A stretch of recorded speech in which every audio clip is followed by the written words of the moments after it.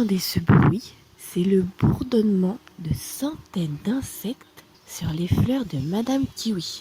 Alors il y a des bourdons, il y a des abeilles et leurs pattes sont chargées de pollen. Ça sent bon. Alors c'est le kiwi qui est juste devant et au-dessus de la porte de notre boutique à la ferme. Donc ça fait beaucoup d'ombre, la boutique reste bien au frais, c'est génial. Par contre, donc comme je vous le disais, c'est Madame Kiwi et on n'a pas de monsieur. Donc il y a des fleurs mais on n'a pas de fécondation, donc les kiwis n'arrivent pas à terme.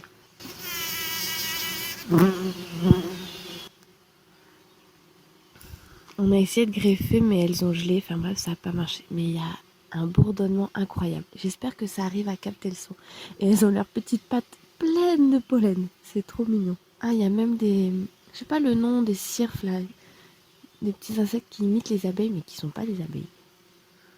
Bon allez, je vais ouvrir aux poules.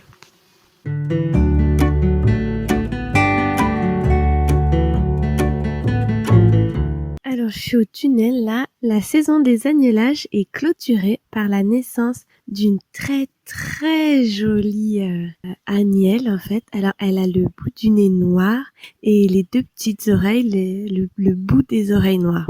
Alors c'est une maman hampshire croisée avec un bélier limousin. Et c'est une femelle, donc on la garde.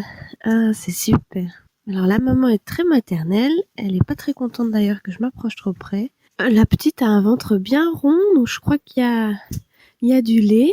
Là, elle tape du pied parce qu'il y a Lopi, mon chien, derrière moi, donc elle est un peu inquiète. Oh là là, ce petit nez, c'est magnifique. Bon, ben voilà pour les agnelages 2020, ça s'est plutôt bien passé. Il y a eu 2 morts-nés, je crois. J'ai 3 agneaux à sortir. Il y a eu 16 morts, 16... 148. Je suis pas très bonne en calcul mental. Donc voilà, on est à un taux de perte autour de 14%, je crois, ce qui est plutôt pas mal. Il y a une semaine, les premiers agneaux avaient 100 jours. Tout le monde est après la tonte, j'ai mis tout le monde ensemble. Donc là, la semaine prochaine, ce sera le moment de commencer à trier, donc à sevrer les plus gros agneaux de leur maman. Enfin, ce sera plutôt l'inverse. On va laisser les agneaux dans le troupeau principal et je vais faire un petit lot de brebis qui n'ont pas pris et de mamans qui peuvent quitter leurs agneaux. Bon, ça se termine bien. Ce matin, il fait un peu plus frais, c'est agréable. Il y a eu une mini averse cette nuit et là, c'est nuageux. Je pense pas que les brebis aient très froid parce qu'il fait quand même pas très froid. Bon, les autres petits viennent. Là, c'est le tout petit lot de la fin. Il y avait 4 brebis qui avaient mis bas et puis il me restait ma dernière. Et donc là, c'est fini.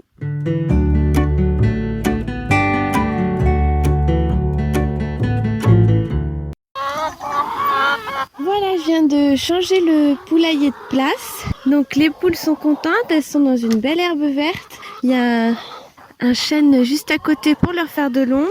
Je leur ai mis le grain, il faut que je leur amène l'eau et puis ce sera bon. Alors là, elle picore un petit peu les petites bêtes qu'il y a dans l'herbe, elle mange un peu l'herbe. Oh, il y a une petite bagarre de poules et il y en a déjà qui sont dans les pondoirs pour faire leurs petits œufs. Alors en ce moment, il y a une petite baisse de production, je suis plutôt à 52-55 œufs par jour. Donc ce qui est encore honorable. Je pense que la chaleur est sur 73 poules, pardon. Je pense que la chaleur les a fait diminuer un petit peu. Et puis mon premier lot de poules a quand même plus de 2 ans. Donc peut-être qu'elle commence à moins pondre. Voilà. Oh là là, elles sont dans le métail là. Je vais faire une petite photo et je vous la mettrai sur l'article.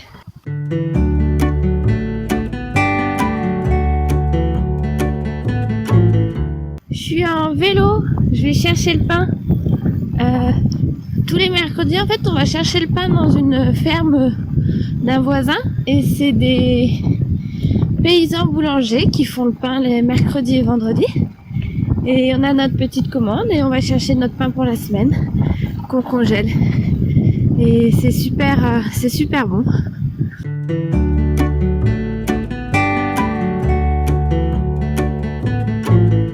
Suite à mon précédent carnet sonore, le numéro 6, j'ai une question de By Gladys sur Instagram et YouTube qui me demandait ce que j'en faisais en fait de ma laine maintenant, parce qu'on a tondu il y a quelques jours.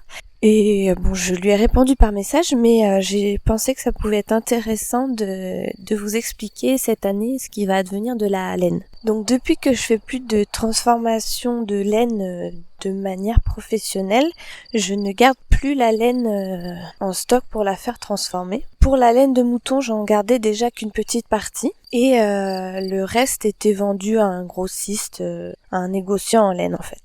Et donc depuis 5 ans, je faisais un tri de la laine assez minutieux. Donc trier, ça veut dire enlever les écarts, donc c'est le ventre, le bas des pattes, enfin tout ce qui est moins valorisable. Je secouais la toison, enlever la paille, le foin, enfin voilà. C'était quand même un tri assez consciencieux. Je faisais le même pour mon mohair que pour ma laine de mouton. Et la laine de mouton m'était payée 30 centimes, je crois. Donc en fait, ça ne remboursait même pas les frais du tondeur. Donc j'ai fait ça pendant 3 ans. Ouais. Et l'an dernier, en fait, donc j'ai de plus en plus d'animaux aux toisons noires ou marron. Et donc cette laine-là n'est pas récoltée. Ils prennent que la laine blanche. Parce que ils doivent pas avoir de débouché pour l'azote-laine. Donc l'an dernier, j'ai dit bon, je garde ma laine, je la trie vraiment rapidement. Je garde ma laine noire et je vends la blanche. Donc les 3 premières années, ma laine a été classée en laine de bergerie. Donc c'est une laine qui est pas très bien payée. Alors que mes bêtes passent que 2 mois en bergerie, quoi. Et au moment de la tonte, elles ne sont plus en bergerie. Donc je trouvais ça bizarre et j'avais pas tellement confiance dans leur expert lainier. Et donc l'an dernier, où ça a été un chantier un peu précipité et chargé, j'ai trié, mais beaucoup moins finement en fait. Et ma laine a été classée plein air, donc mieux valorisée que la laine dite de bergerie. Donc j'ai trouvé ça vraiment très bizarre puisque la fois où j'avais mis le moins de soin à trier, c'est là où j'ai été entre guillemets le mieux payé. Et la laine noire donc que je garde en fait, je la mets en paillage, enfin c'est pas un paillage mais en lainage disons, sur les arbres fruitiers et les petits fruits. Et en fait depuis 2 ans, je vois vraiment la différence. Donc la première année où les pieds de framboisier par exemple qui ont été très bien lainés, se sont beaucoup développés, ont beaucoup grandi, fait des très belles pousses. Et les framboisiers où je n'avais pas eu assez de laine et donc j'ai juste mis du BRF, bois raméal fragmenté, sont plus petits, moins beaux et ont fait moins de rejets. Donc déjà il y a 2 ans je me suis dit tiens c'est intéressant de mettre la laine en paillage. Donc il y a un effet disons mécanique, donc évidemment ça empêche l'herbe de pousser. Ça retient l'eau, l'eau du sol, l'humidité. Voilà, donc c'est bénéfique. Mais il y a aussi une propriété, disons, biologique, entre guillemets, de fertilisant de la terre. Parce que la laine est riche en azote et du coup, ça nourrit aussi le sol. Donc cette année, j'ai 4 curons de laine. Donc les curons de laine, c'est les gros sacs de laine qui permettent de stocker la laine pour la vendre après et la laver. Donc j'ai 4 gros curons comme ça, pas du tout triés. Cette année j'ai vraiment mis tout. Et donc ça va être notre paillage tiré lainage pour les framboisiers, les myrtillers également, et notre hectare de pommes, de vergers de pommes. J'espère que ça vous apporte un petit peu des informations. J'ai pas cherché vraiment de la bibliographie sur ce sujet, mais je pense qu'il doit y avoir. Et en tout cas, moi, je vois la différence au niveau du sol et au niveau du développement des arbustes. Donc après, j'en discutais avec un autre éleveur de moutons, et lui, il me disait pourquoi ne pas faire des nappes feutres pour le maraîchage ou le jardinage, le potager, qui remplacerait les bâches tissées en plastique.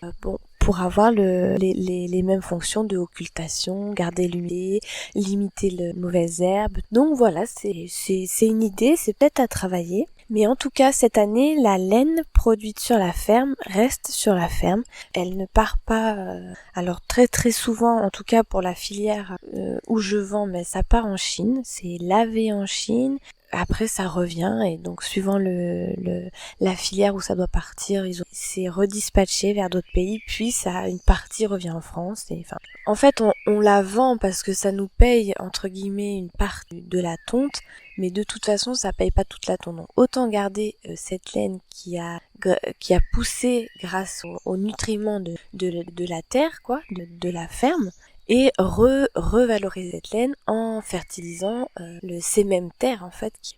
Donc voilà, la boucle est bouclée et ça c'est important. C'est important d'avoir des cycles en fait, des cycles fermés entre guillemets, que la part exportée de la ferme revienne sous une autre forme. Donc par exemple, l'engrais entre guillemets du maraîchage, c'est le compost des moutons, mais aussi sur les terrains. Enfin voilà, c'est la ferme est un ensemble complexe et pour moi c'est une ferme devrait être l'assemblage de l'animal et du végétal. Et l'animal ne devrait être là que comme support de fertilisation du végétal. Mon objectif, c'est pas de produire de la viande pour produire de la viande, mais l'objectif, c'est d'avoir une ferme complète qui se nourrit elle-même. Donc il y a quand même de l'export puisque nous, on vend des légumes et de la viande, mais tout ce qu'on peut récupérer, recycler, composter, on essaie de le faire et on essaie d'avoir un cycle le plus fermé et le plus enrichissant possible. Et ça, je l'aborderai certainement dans un autre carnet sonore parce que c'est évidemment en tant qu'éleveuse, c'est un sujet qui me touche, le sujet de la viande, de ce qu'on pense aujourd'hui, de ce qui est fait aujourd'hui. Mais mon souhait, c'est que la production animale, donc la production de viande plus particulière, mais aussi de lait, d'œufs, etc. Je pense que ça doit être vu, dimensionné pour soutenir la production végétale. Je pense que c'est que comme ça qu'on pourra redynamiser les sols, refertiliser les sols et recréer des cycles vertueux. Pour moi, l'agriculture ne peut pas être que végétale. Les animaux et les ruminants particulièrement apportent des bienfaits à la terre, au sol, inimaginables. Et je pense que c'est très important de s'en souvenir et de s'informer sur ce sujet parce que aujourd'hui on entend beaucoup de choses très intéressantes, beaucoup aussi de choses un petit peu simplifiées, voire de préjugés. Et pour comprendre l'ensemble, c'est quand même très compliqué, quoi. Bon, je suis arrivée à la maison, je vais me coucher et je vous reparle de ça demain bientôt.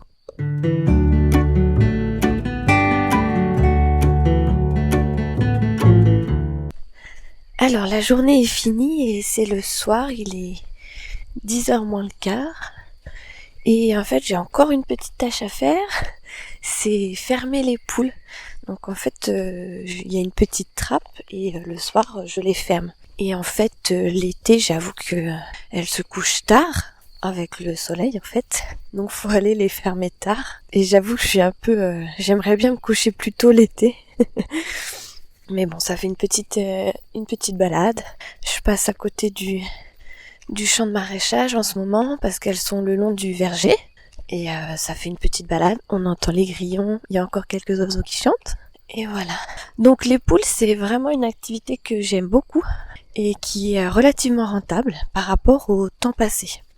Alors mon problème au début, c'est que j'avais très peur des poules. Oh non, elles sont pas couchées. Bon, c'est pas grave, on va discuter. J'avais vraiment très peur des poules. Je pouvais pas attraper une poule. J'avais du mal à être dans un poulailler, par exemple, enfermé avec des poules. Enfin, j'avais peur des volailles. J'aimais pas la sensation. Quand j'ai arrêté mon activité laine, il y a un peu plus d'1 an, maintenant, il fallait quelque chose pour remplacer, en fait, le revenu, quoi. Et alors, la volaille de chair, j'avoue que c'est pas trop mon truc. C'est pas encore mon truc, peut-être que j'y viendrai, je sais pas. Mais les œufs, ça me plaisait. Et en fait, j'ai eu un déclic, je crois, par nécessité. Quand j'ai arrêté la laine, je me suis dit, il faut que je trouve quelque chose qui se mette en place vite, avec peu d'investissement et qui rapporte un revenu assez rapidement. Et je voulais pas, comme la laine, devoir aller sur des marchés, faire des salons tous les week-ends. Enfin voilà, avec la petite, c'était devenu un peu compliqué. Donc les œufs, c'était un bon produit pour nous parce qu'on avait déjà notre vente à la ferme pour les légumes de Hugo et pour ma viande d'agneau d'herbe. Et les œufs, c'est vrai que c'est vraiment un produit qui se vend, enfin en tout cas pour nous, chez nous, dans notre système, dans notre contexte, c'est vraiment un produit qui se vend super bien, quoi. On n'a pas besoin de chercher d'autres moyens de commercialisation. On vend tout à la fin. Donc ça c'est chouette. Donc ça c'est plutôt agréable. Et puis au niveau temps, c'est vrai que je passe pas beaucoup de temps par jour. Je dois passer peut-être 30 minutes les jours où il y a que l'ouverture, récolte des œufs, fermeture, et puis après il y a le nettoyage une fois par semaine. Le déplacement du poulailler suivant la saison, c'est à peu près toutes les 3 semaines. Donc ça c'est vraiment une activité qui me plaît. Et en plus notre fille Elga adore les œufs, mange beaucoup d'œufs. Donc on ne perd rien. Bon, là il y a une petite poulette qui est encore dehors. Lopi l'a ramenée vers la petite trappe. Lopi, non. Et elle va rentrer, on pourra fermer et aller au dodo nous aussi.